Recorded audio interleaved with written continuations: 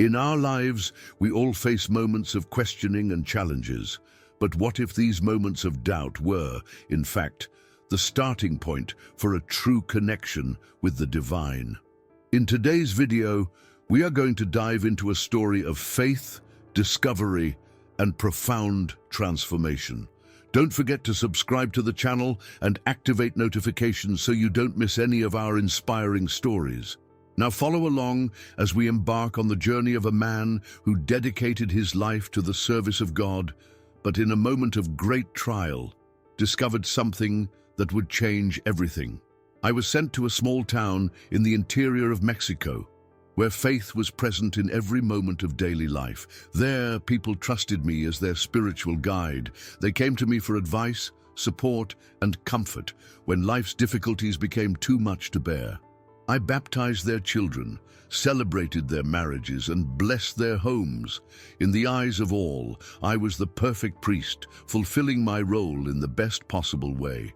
But inside, something wasn't right. I didn't talk about it with anyone. How could I? A priest is supposed to be a pillar of faith, firm and unshakable, but in the silent hours, when the church was empty and the candles burned softly, I felt a growing doubt. Did I truly know God, or was I just following a set of rituals and rules? I wondered if I was bringing people closer to Him or just keeping an institution running. I tried to ignore these doubts, convincing myself they were only moments of weakness, but they never fully left me. Then, one night, everything changed. It started like any other. The town was already quiet, most people home with their families. I had finished my final prayers of the day and was alone in the church, sitting in front of the altar. The only sounds were the distant chirping of crickets outside and the soft whisper of the wind coming through the cracks in the wooden doors. I looked at the large crucifix hanging above the altar, staring into the eyes of Jesus on the cross. What am I missing? I thought. Why do I feel so far from you? I closed my eyes and whispered a silent prayer, asking for guidance, clarity, anything that could take away the feeling of emptiness. That's when something strange happened. At first, it was just a light pressure on my chest. Something simple, as though I had been sitting too long. I tried to change position, but soon the pressure grew, spreading across my ribs like fire. I placed my hand on my chest, trying to relieve it, but the discomfort turned into intense pain that radiated down my arm. Panic began to take over as the world around me twisted. I felt my vision blur, the candlelight stretching into strange lines. I tried to stand up, but my legs wouldn't respond. Breathing became harder, and the feeling of fainting wrapped around me. I knew, with terrifying clarity, that I was dying. The body I had dedicated to a life of service was abandoning me right there, alone, in the church. The deep silence was broken only by the sound of my labored breathing as I collapsed onto the cold marble floor. The pain, the sound, everything disappeared. I don't know how long I lay there, feeling nothing, hearing nothing. It could have been seconds, minutes, or hours. The time didn't exist in that space. And then something strange happened. A soft sensation, as if I was being lifted, flooded my body. Not physically, but in a way I had never experienced before. It was as though I were floating, detached from my body. I was still aware of the church, but now it was as if I was seeing it from a different angle, a perspective I had never imagined. That's when I realized I was out of my body. I was dead. There was no more doubt. I looked at my lifeless body lying on the floor, and somehow I didn't feel fear. An inexplicable calmness took over me, as if the turmoil of the world had been left behind. But then something moved in the shadows, and that calm was broken. The shadows began to move, emerging from the crevices of the church and approaching me. At first, I thought it was just a play of light, but soon I realized I wasn't imagining it. They were entities, shadowy forms, faceless, but with such a presence that it seemed to press the air around me. The atmosphere grew colder and denser, as if the very air was being consumed by the darkness. I didn't hear words, but I felt the whispers, distant, cold voices full of secrets I couldn't understand. The sensation was unmistakable. They were pulling me, dragging me away from the light of the altar into the depths of darkness.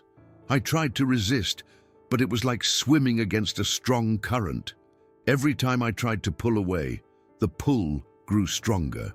I was being taken to something far beyond what I knew. As I moved further from the light, panic took over. I felt an urgent need to cling to something, but there was nothing within reach. The shadows grew, their distorted forms filling the church, surrounding me with a pressure that seemed to crush me. That's when, in the midst of the darkness, something changed. A distant glow appeared, like a small flame in the vastness of the night. At first it seemed insignificant, but soon it grew stronger, more intense, cutting through the darkness like a sharp blade. The shadows withdrew, retreating as if they feared the light. The weight that had been pulling me disappeared instantly, replaced by a force that enveloped me, a sensation of warmth and peace, something I had never experienced. It wasn't just any light. It was pure, radiant yet gentle, welcoming. I was drawn to it without resistance, and as I approached, the darkness and the whispers of the shadows fell silent, replaced by a serene music that filled my being. As I drew closer, I felt something deeper in the light, a presence. It wasn't just light, it was life, love, a divine force that filled every part of my being. It not only illuminated me, but it called to me, as if it had been waiting for me, as if it knew exactly who I was and what I needed. And then I saw it. At the center of this light, a figure.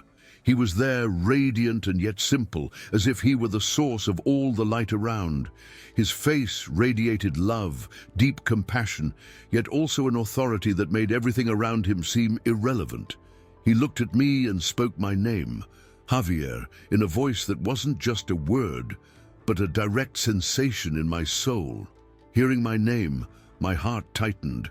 It wasn't just a greeting, it was a call. "Javier," he said again, and this time I felt the weight of his word, not with condemnation, but with a truth that penetrated deep into my being. He moved closer to me, and the light around him seemed to intensify. I didn't know what to say. There were so many things I wanted to ask, so many things I felt, but before I could speak, he spoke again. "You have served me, Javier, but do you truly know me?" The question struck me like lightning. I knew there was something deeper in it, something I wasn't understanding. My mind raced to all the answers I could give, but at the same time, something told me this wasn't a question that could be answered with words. "You know the stories, the rituals, the words," he continued, "but have you sought my heart, or have you only followed my rules?" I didn't know what to say. Throughout my life I had talked about Jesus, taught others about him, performed rituals and services in his name. But at that moment before him, I realized that everything I had done was just an empty shell, a repetition of words and actions. I hadn't sought a genuine relationship with him. I didn't truly know him. His words cut deep, and tears began to form in my eyes. I had preached about faith. I had spoken about Jesus' love, but now I realized that I hadn't truly lived that love in a real way. "I thought I was doing what you wanted," I whispered, my voice trembling. Jesus moved closer, placed his hand on my shoulder, and the sensation of his touch was like a warm, comforting, firm embrace. "You have done many good things, Javier," he said, "but faith isn't just about what you do. It's about who you are with me. It's about knowing me, loving me, and letting that love guide all your actions." The feeling of being deeply loved, undeserving, enveloped me. I didn't know what else to do or say, so I just knelt before him, feeling the transformation begin to take place inside me. "Sorry, I didn't know," I whispered, feeling the weight of each word. He looked at me with an expression of compassion and hope and said, "It's not too late, Javier. You can still know me. It's not about what you've done or haven't done, but about what you will do from now on. Walk with me, not just for me." Jesus then knelt down, looking at me with silent intensity. His presence was so strong, so full of love, that I could no longer sustain the separation between us. "This is just the beginning, Javier," he said, "but there is much more to be revealed." And with those words, the environment around us began to change. The light around Jesus seemed to grow even more, as if it were becoming richer and deeper, like a tapestry of meanings that I still didn't fully understand. I felt he was about to show me something more, something crucial, and the reality around us seemed to dissolve, replaced by a vision.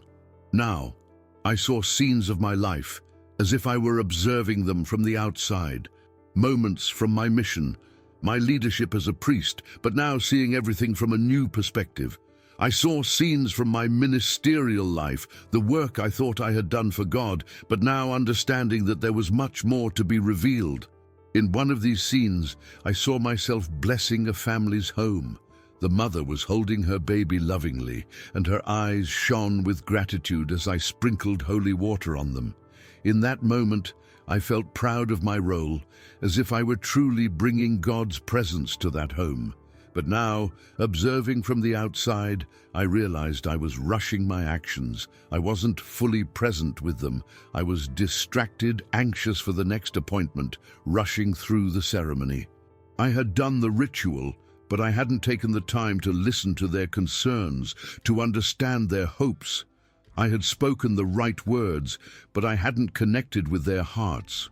In my search to uphold tradition, I had lost focus on what truly mattered: the people, their spiritual needs, and the love of Christ that I should have been reflecting in every action. The scene then changed, and I saw myself preaching on a Sunday before a full congregation. I was speaking passionately about the importance of faith and obedience to God. At that moment, I felt I was doing my job correctly, inspiring everyone to follow the right path. But now, seeing everything from a new perspective, I noticed something I hadn't seen before. There were faces in the crowd, faces that reflected doubt, pain, and longing. They weren't seeking rules or rituals. They were looking for something deeper, something real. They didn't need a priest who only spoke about faith. They needed someone who listened to them, who truly saw them, who loved them unconditionally. I was so focused on the words that I hadn't noticed the deeper needs of the people before me. I had talked about faith, but I hadn't truly lived faith with them. I had talked about Christ, but I hadn't shown Christ with my own heart. The scenes continued to shift, and I saw more moments from my ministerial life. Each one seemed like a missed opportunity for a true connection with others.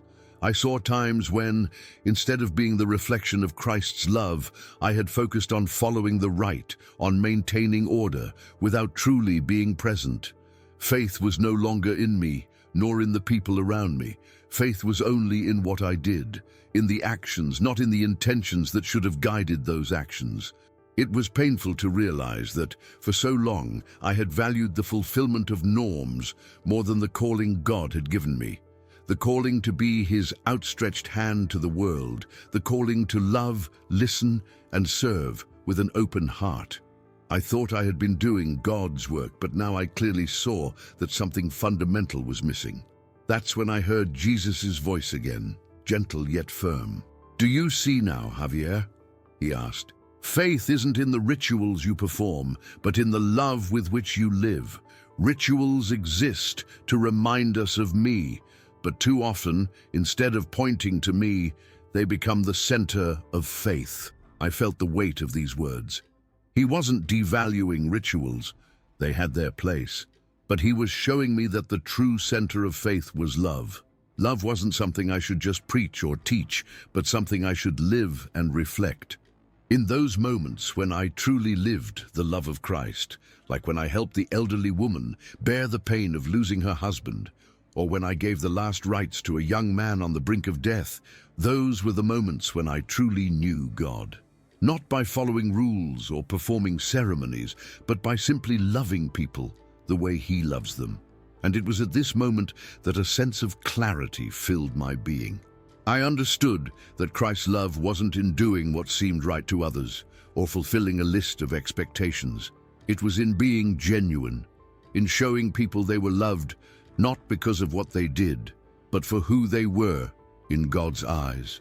I had spent so much time trying to live up to an image, a role that society and the church expected of me, but I finally understood that the true mission of a priest, of any Christian, is to show Christ's love in a sincere and barrier-free way. I could have all the ceremonies in the world, all the sermons ready, but if I didn't have love in my heart, I was just passing time. Christ's work wasn't meant to be an obligation or a task, but an expression of life, a way of living, so that everyone around us could feel his presence in us. Jesus then moved closer to me once more, and with his soft voice said, "There is no condemnation, Javier. I know the weight you've carried, the doubts you've faced. But now you see the truth, and with the truth comes a choice." The weight of these words fell upon me, and I knew that this choice would not be easy. I could continue as I was, doing what I thought was right, following traditions, without truly knowing God. Or I could leave all of that behind and follow the call of a fuller, truer life, a life that reflected Christ's love in everything I did. "What will you choose, Javier?" he asked again, looking at me with a patience I didn't know existed. I knew what I needed to do. I knew I could no longer follow blindly, tied to the rules. What mattered from now on was what I carried in my heart, the faith within me, and how I lived it. I had to leave behind the old me, the old way of viewing the mission, and embrace transformation. With renewed certainty, I finally spoke, my voice trembling with emotion. "I choose you, Jesus. I want to know you truly. I want to live for you." His smile was immense, and the light around us seemed to intensify, as if he was pleased with my decision. "Then, follow me, Javier," he said. "Trust in me, and I will guide every step." The sense of peace that enveloped me was indescribable, as if a heavy weight had been lifted from my shoulders. I knew at that moment that my life would never be the same. When I looked at him, I saw the fullness of love, the purity I had long sought, and I felt the urge to share that love with everyone around me. I was ready to live the mission he had placed in my heart, to be a true reflection of his love. As the light around us expanded, I felt a complete transformation. It was as though I was being renewed, purified, ready to follow a new path. However, before departing, Jesus looked at me with compassion and said, "What you've seen here, Javier, isn't just for you. It's for all those who are searching, all those who are lost, and those who put their faith in the wrong things." His words kept echoing in my mind as the vision around us shifted again. Now we were no longer in a divine and isolated space, but looking at the world. Not through physical eyes, but with a new perception. I saw people, hearts and souls in a way I had never seen before. I saw faces of pain, hopelessness, people searching for something more, something real, something genuine, but they didn't know where to find it. I saw churches, some full, others empty, many of them still focused on traditions and rituals, but I could feel the absence of true connection. People were there, fulfilling their duties, but something was missing. It was as if they were following a routine, but without understanding the true purpose behind their faith. And then I saw something that deeply touched me. Moments of true faith, of pure goodness and connection with God, like the mother praying for her child, the young person choosing forgiveness over anger, the stranger offering help to a brother in need. These small moments, unnoticed by many, were full of the true spirit of Christ. They weren't grand gestures or ceremonies, but acts of genuine love, humility and compassion, and I knew in that instant that this was what God really wanted, a heart that loves, not a hand that just follows rules. Jesus then looked at me and with a smile full of compassion said, "Do you see now, Javier? This is the world I came to save, and it is the world I am calling you to serve." His words hit me like an arrow straight to my heart. I felt an enormous responsibility, but also an indescribable strength to fulfill this mission. It wouldn't be easy. I knew many would resist, because people often cling to what they know, to what is comfortable. But now I knew that my mission wasn't to make people follow rituals or force them to change. It was to show them the true love of Christ, the true essence of their faith.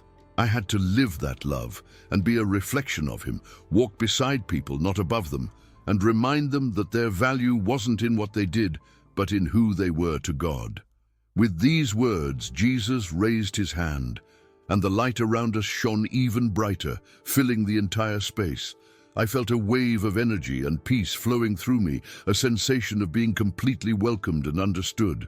He placed his hand on my chest, directly over my heart, and it was as if a veil had been lifted. I now saw the world differently. I didn't see it with my physical eyes, but with the vision of the heart, and everything became clear. The doubts, the fears, the insecurities I had carried were wiped away. All that remained was an absolute trust in his love and in his mission for me. I knew that the path ahead wouldn't be easy, but the certainty that he would be with me every step of the way gave me renewed strength. I was no longer alone. The mission he entrusted to me was great, but with him by my side, I knew there were no limits. As the light around us began to dim, I felt myself gently brought back to my body, as if I was softly returning to reality. The peace I felt in that moment, however, never faded.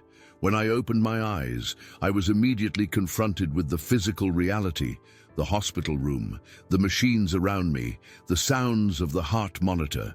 I was back, but somehow I was different. I didn't know how much time had passed, but I felt a new clarity, as if my life had been renewed. The first thing I heard was the nurse, who approached with a relieved smile. "Father, you woke up," she said softly, and I knew with all my being that it wasn't just my body that had awakened. My soul, my faith, my purpose, everything had been transformed. The following days were a blur of visits and messages of support. Friends and parish members called me a miracle and blessed to be alive. I smiled and thanked them, but inside I knew this wasn't just luck. It wasn't a mere accident or a simple incident. What I had experienced wasn't a dream or a hallucination. It was a real, transformative experience, something I knew I had to share. I spoke with my fellow priests, trying to explain what had happened, trying to convey the depth of the experience I had had. I talked about the light, about the encounter with Jesus, about the renewed mission he had given me. Some listened attentively, but soon dismissed the experience, saying it was simply a product of stress or a near-death experience. I knew that wasn't it. What I had lived was real, and the truth I had discovered now burned inside me, a truth I couldn't ignore. Despite some resistance, others in the parish listened attentively, and some were even moved to tears. A woman, her eyes full of tears, asked me in a trembling voice, "Father, do you think Jesus is really calling us to something different?" And in that moment, I knew with complete certainty that the answer was yes. He was calling all of us, not to follow rules or mindlessly fulfill rituals, but to know him deeply, to live his love in a real and genuine way. I wasn't preaching about rules anymore, but about a personal relationship with Christ, about the transformation he offers to all who seek him with an open heart. The focus wasn't on the ceremonies anymore, but on the true essence of faith, the unconditional love and the personal connection with God. As the weeks passed, the transformation in the parish became visible. Those who had once been disconnected from faith began to feel a new flame in their hearts. Families that had once been divided began to gather in prayer. The church, which had once been merely a place for rituals, became a true meeting point where people not only shared their faith, but also loved and supported each other. Even those who had resisted the initial changes began to notice something new in the air, something genuine. I found myself closer to the people, walking alongside them in their struggles, listening to their concerns, offering more than just words, offering presence and love. My mission had changed, but now I understood the purpose completely: to live for Christ, to reflect his love in every action, and to guide people to true faith, not based on rules, but on a real relationship with him. For me, the inner peace I felt during those moments with Jesus never left me. The doubts that had once haunted me disappeared, replaced by an unwavering trust in his plan for my life. I no longer saw myself as just a priest fulfilling a function, but as someone called to live and share the love of Christ in every moment. Every day became an opportunity to serve with a renewed heart, to share the experience I had lived with others, and to guide them to the same understanding. When I knelt to pray, it was no longer about following a prayer formula or doing something right. It was a true conversation with God, where I sought his guidance and surrendered to his will with humility and love. One night, while sitting in the church with the candles softly lit around me, I thought again about that moment of transformation when I fell to the floor and felt the divine presence. I remembered the pain, the fear, and the darkness that surrounded me, but I also remembered the light that enveloped me, the peace I felt in Jesus' presence. He showed me what I had been missing, what was lacking in my life. Faith had never been about rituals or titles. It had always been about him. He taught me that true faith is not measured by what we do, but by who we are in Christ. True faith transforms the heart, changes the way we see the world, and connects us deeply with God and with others. Over time, my role as a priest transformed. I was no longer just conducting rituals or preaching about religious duties. I was living the true mission of Christ, helping people know and feel his love in a real way. I began to focus on what truly mattered, listening to people, being with them in their moments of pain, joy, doubt, and guiding them in their walk of faith. I helped them understand that true faith doesn't come from fulfilling rules, but from opening the heart to the love of Christ. It was something I finally understood and now wanted to share with everyone around me so they could experience what I had lived. Over time, the transformation in the parish became even more evident. I saw people coming together in a way that had never happened before. The church was no longer just a place to fulfill religious obligations. It became a place of community, of true love, where people could support one another, share their struggles, and grow in faith together. The moments of prayer were no longer just about words, but about deep experiences of connection with God. Even those who had been skeptical about the change began to see that something real was happening. I realized that the mission I had been given wasn't just about teaching or preaching, but about being a living example of Christ's love, allowing him to guide every step I took, and helping people find this genuine connection with him. In the months that followed, the parish completely transformed. People began to gather not only to attend Mass, but also to share their stories, their doubts, and their hopes. I saw them finding a new depth in their faith, not because they were more obedient to rituals, but because they were more open to Christ's love. They began to see the church as a true community, not just a building, and I felt immense gratitude for being part of that. As my journey continued, I knew my work would never be complete. Every day was a new opportunity to live and share the love God gave me, and no matter where this mission took me, I was ready. In a moment of reflection, sitting alone in the church, I realized my life was no longer the same. I no longer defined myself by titles or the ceremonies I performed. My true identity was in Christ and the love he taught me to live. I had learned that faith isn't just about following a set of rules or keeping traditions, but about letting Christ's life manifest in every part of our being. That transformation I experienced, from being lost in formality to being found in love, is something I now wanted to share with everyone. When I knelt before the altar, it wasn't just an act of worship, but an expression of gratitude and commitment to the greater purpose God had placed in my life. The mission was clear, to be a reflection of his unconditional love. In the stillness of a night, as I reflected on everything I had lived, a sense of peace filled my heart. The doubts and fears I had carried for so long disappeared. I would no longer measure my life by the position I held or the ceremonies I performed. My life now had a greater purpose: to live and reflect Christ's love in everything I did. I was free from the pressure to only follow rituals because I knew that the true path of faith was the one that came from the heart. I was no longer trying to be perfect in the eyes of others, but simply being faithful to Christ's call. My life, my mission, my faith were now centered on Jesus, not on expectations or traditions, but on the unconditional love he offered me. I continued my work, knowing that each day was an opportunity to learn more and grow in my faith. Sometimes the path wasn't easy. There were moments of resistance, both inside me and from others, but I was prepared for that. I knew it wouldn't be a quick or simple job, but true change always comes slowly when we are willing to open up and follow what God guides us to do. I saw the seeds of Christ's love being planted in every heart I touched, and that was more than enough to keep me focused on the mission. Each smile, each word of gratitude, each hug offered was a reminder that the transformation I had lived could also be lived by others, if they were willing to seek true faith, a faith based on a relationship with Christ. Over time, I realized that my life would never be the same. The doubts that once tormented me disappeared, replaced by a renewed confidence in the purpose God had for me. Every day, I was more focused on living a true faith without the constraints of external expectations.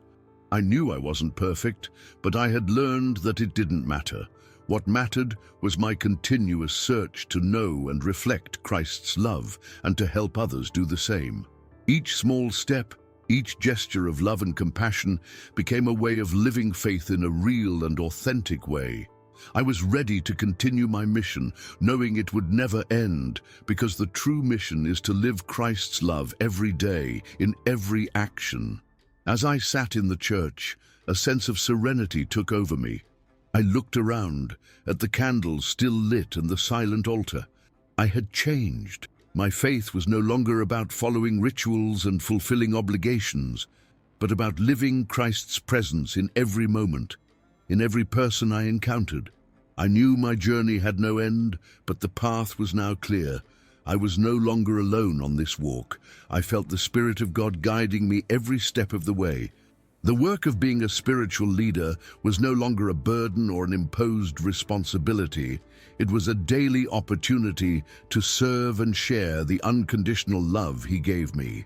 And as I continued the journey of faith, I knew that, with each day, the mission of bringing the true light to the world would only grow stronger.